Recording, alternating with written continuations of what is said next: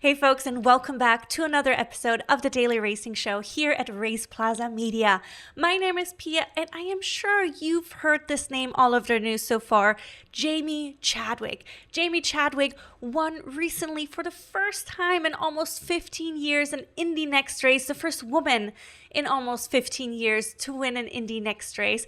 So I wanted to do a little bit of digging and find out a little bit more about Jamie, but then also about other women who have competed in Indy. And unfortunately, there haven't been a lot of women. So this video is all about Jamie Chadwick and the 10 other women who have competed in Indy so far. So let's get right into it.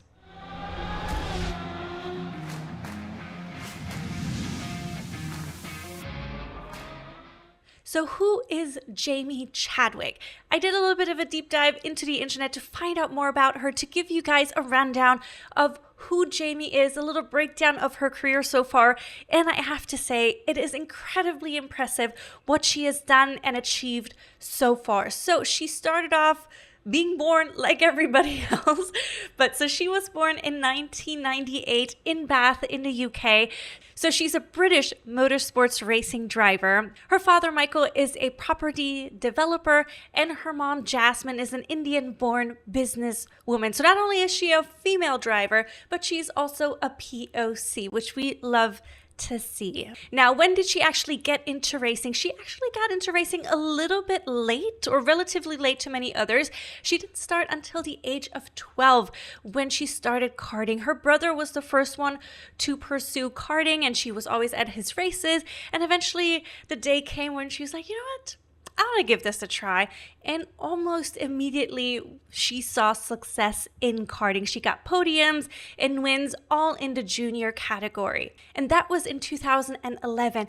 And the year after, she applied or submitted herself to the Ginetta Junior Scholarship. So she competed for it, and she actually won the 2013 Ginetta Junior Scholarship, which is part of the Ginetta Junior Racing League, which is a very big racing development program. Many other drivers have competed in that series, including Enzo Fittipaldi and Lando Norris, who might be familiar to you.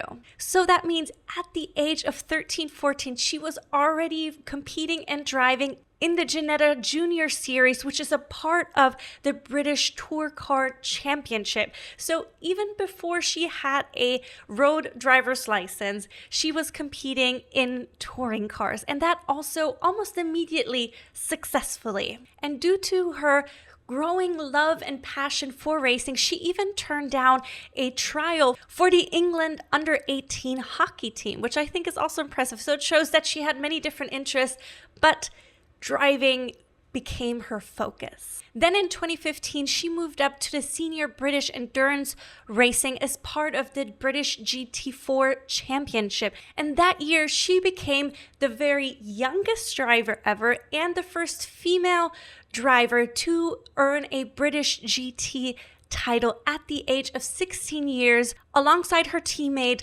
Ross Gunn in the Aston Martin Racing V8 Vantage. She also competed in the same vehicle at the 24-hour race in Silverstone and also won that same year. And that was another first for a female driver. Then the following year in 2017, she changed her focus from GT to single-seater. So she joined the Formula 3 British Racing League. And then the following year in 2018, she was also the first ever woman to win a race. And then going into 2019, there were so many additional achievements that she made. So I'm just going to list them for you. So she was part of the winning class vehicle for the Nürburgring 24-hour race. She won the Asia F3 Winter Championship. She was appointed Aston Martin Racing Factory GT driver and ambassador. She was also appointed Williams F1 development driver. She had several wins in the Formula 3 Asia Championship and many podiums. And that same year, it was her first out of 3 consecutive W Series titles. So she won the W Series in 2019 in its inaugural season. 2020 was the year that it took a break because of, as we all can unfortunately remember, the pandemic. Then in 2021, she defended her title. And then in 2022, she won the title for a 3rd consecutive time. And then in 2021 as well as 2023, Jamie got to drive an F1 vehicle, not just any F1 vehicle. So the first time she got to drive the 1982 Williams World Championship F1 car. And then in 2023, she got to drive the 1986 Williams World Champion winning F1 vehicle at the Goodwood Festival of Speed. And Jamie says all of that experience helped her once she joined IndyCar in 2023. Well, not IndyCar. She joined INDY NXT, which is the IndyCar feeder series, with the goal to eventually move up to Indy. Her first year in INDY NXT in 2023, she signed with Andretti, and she said that first year it was a lot about learning, adjusting to the car, because the car is a much more physical car, so she had to learn to maneuver or manage the car. She also had to get used to the different tracks that she wasn't used to now that she was racing in the US, and also to the different race format and street circuits versus oval circuits. And she said it definitely was a steep learning curve, especially physically. So in the off season between 2023 and this current season, she said she beefed up quite a bit to have the strength to maneuver the vehicle. So in her first season at INDY NXT, she completed all of the races. She had several top 10 finishes. Her best finish in 2023 was 6th, and she ended up finishing 12th overall in the driver championship. So she said she achieved all the goals that she wanted for 2023, but of course for 2024, the aim is higher. She continued with the Andretti team, also creating a nice bond with Michael Andretti, the team owner. And she says he's a great team principal. He's a great guy because he has a lot of experience on his own. So even in the first season, he helped her with adjusting the seat and the steering wheel to make sure she's comfortable while driving her car. So here we are, season 2024 INDY NXT with Jamie Chadwick. This is now her second season in the INDY NXT series, still part of the powerhouse team Andretti Global. And this year she was also appointed a Williams Racing driver and F1 Academy advisor. Her season started off strong. She had many goals for this season, but she was trying to stay realistic because this was indeed just her second season. However, at the Indianapolis Speedway, she got a podium. So that was her first success of the season, followed, of course, by her big win. And now here we go. We have arrived at her historic weekend. Although she doesn't like to look at it that way because part of her is a little, not sad, but it's a little bit of a bummer that it is still historic that a woman wins in an INDY NXT series.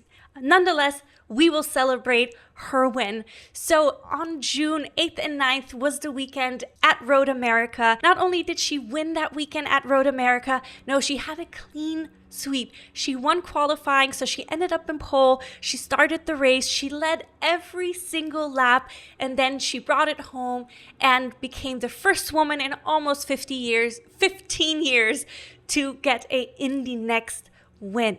Even once she got pole, she didn't quite celebrate it as much because she knew she had a big race ahead of herself, and there was a strong competition right behind her, and there were so many things that can go right but also can go wrong. So she just wanted to drive a clean race, and she said she did feel a lot more comfortable being in the front of the pack instead of in the middle, where it is quite more intense with such a tight pack. Everybody's competing at such a high level, so incidents can happen much more quickly than if you're driving ahead of the group. So Jamie became the first woman since 2010 to win an INDY NXT race. The last person was Pippa Mann, who won in 2010 in Kentucky. And Jamie Chadwick is also the first woman to ever win a non-oval track race in INDY NXT. And that's one of the things she said she's still working on, is getting a hang of those oval track races. So actually, there's only 2 women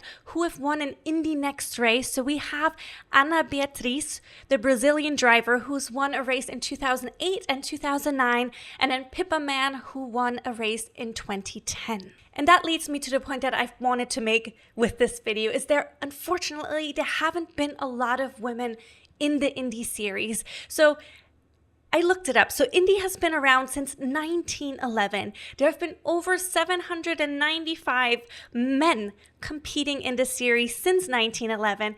And there have only been 9, almost 10 women who've competed in the Indy 500. So there's not been a lot of women in the Indy series, unfortunately. However, Jamie Chadwick is making it a point, as many other female drivers do, to help young women join racing, to find a path in racing, to have a role model to look up to in racing, to find easier opportunities to get access to racing. So she has teamed up with Daytona Karting to provide access to young girls to start in racing. And because there haven't been that many women in Indy or Indy 500 specifically, I wanted to give a moment to all of the women who have participated in Indy 500, because I'm sure a lot of you guys have not heard of those women. So I want to give them all a moment in this video to highlight their names and their career achievements. All right, first of all, I want to point out the women who are currently racing in Indy NXT as well as in the IndyCar series. So right now we have 3 women in the Indy NXT series. Of course, we have Jamie Chadwick, we have Taylor Ferns, and we also have Lindsay Brewer. And then the single woman that's competing in the IndyCar series at the moment is Catherine Legg. So as mentioned, the Indy 500 has been around since 1911. Just over 795 men have competed in the Indy 500 thus far. However, only 9, almost 10 women have competed in the Indy 500. So let's go through them in chronological order. So first of all, we have Janet Guthrie. She's the first woman to ever qualify for the Indy 500 as well as the Daytona 500. She's also the first woman to ever compete at the Indy 500 in 1977. And she's also the first woman ever to lead a lap in the NASCAR Cup Series. Then we have Lynn St. James. She competed in 1992 for the first time at the Indy 500, and she was also voted Indy 500 Rookie of the Year. After that, her career spans many endurance races. She's also won several 24-hour races at Daytona, 12-hour race at Sebring. She also competed at Le Mans and at the 24-hour race at the Nürburgring. Next up, we have Sarah Fisher. She competed a total of 9 times at the Indy 500, the most out of all women at this point in time. And she's also the very first IndyCar team owner. And she has received awards for Indy's Best and Brightest Under 40, as well as the most popular driver in the NASCAR and Indy series. Then we have Danica Patrick. She's the first woman to ever lead a race in the Indy 500. She led 19 laps in 2005, her first race, and she came in 5th at the end.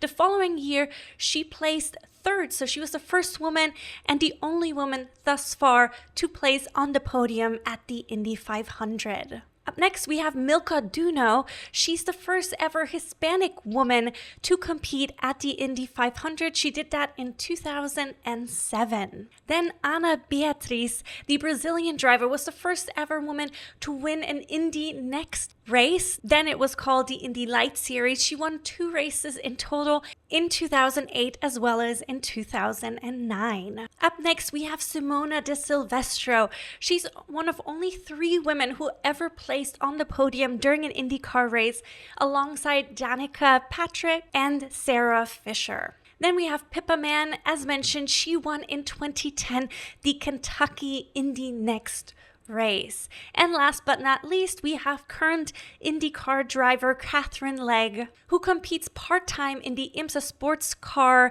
Championship as well as the IndyCar Series. And she's the woman currently with the fastest ever qualifying time at the Indy 500. This time was set in 2023. And then last but not least, I wanted to give a shout out to Desiree Wilson, who in 1982 tried to qualify for the Indy 500, but unfortunately didn't quite make it. However, she still had an excellent racing career, and she's also the only woman to ever win a F1 race as part of the short-lived British Aurora F1 series. So there you have it. Those are all the women who've competed in Indy 500 so far, and Jamie hopes to be there sooner than later. Her goal is, of course, to maybe graduate to the IndyCar series by next season, but we'll see, because she also knows that only one win so far does not necessarily mean that she'll be able to move up next season. She does have a great relationship with the team and the team owner. However, her goal for the rest of the season is consistency. She wants to be consistently be placing higher than she has this last season, and she wants to hopefully be on the podium for additional races this season and even win. I mean, why not? She clearly proved that she can do it. I'm personally very excited to watch and continue watching Jamie Chadwick's career. I just got into Indy this year. I've watched my first couple of races so far, but I will be definitely following her and all the other women who are currently competing in Indy. I hope you learned something in this video. Please let me know in the comments below if maybe you wanted to add anything to something that I said in this video, and if you think Jamie Chadwick will be competing in Indy sooner than later. And with that, I will leave you guys for today. Thank you so much for tuning in. I really appreciate it. And please give us a like and a subscribe. And we'll see you guys again here at the Daily Racing Show. Bye-bye.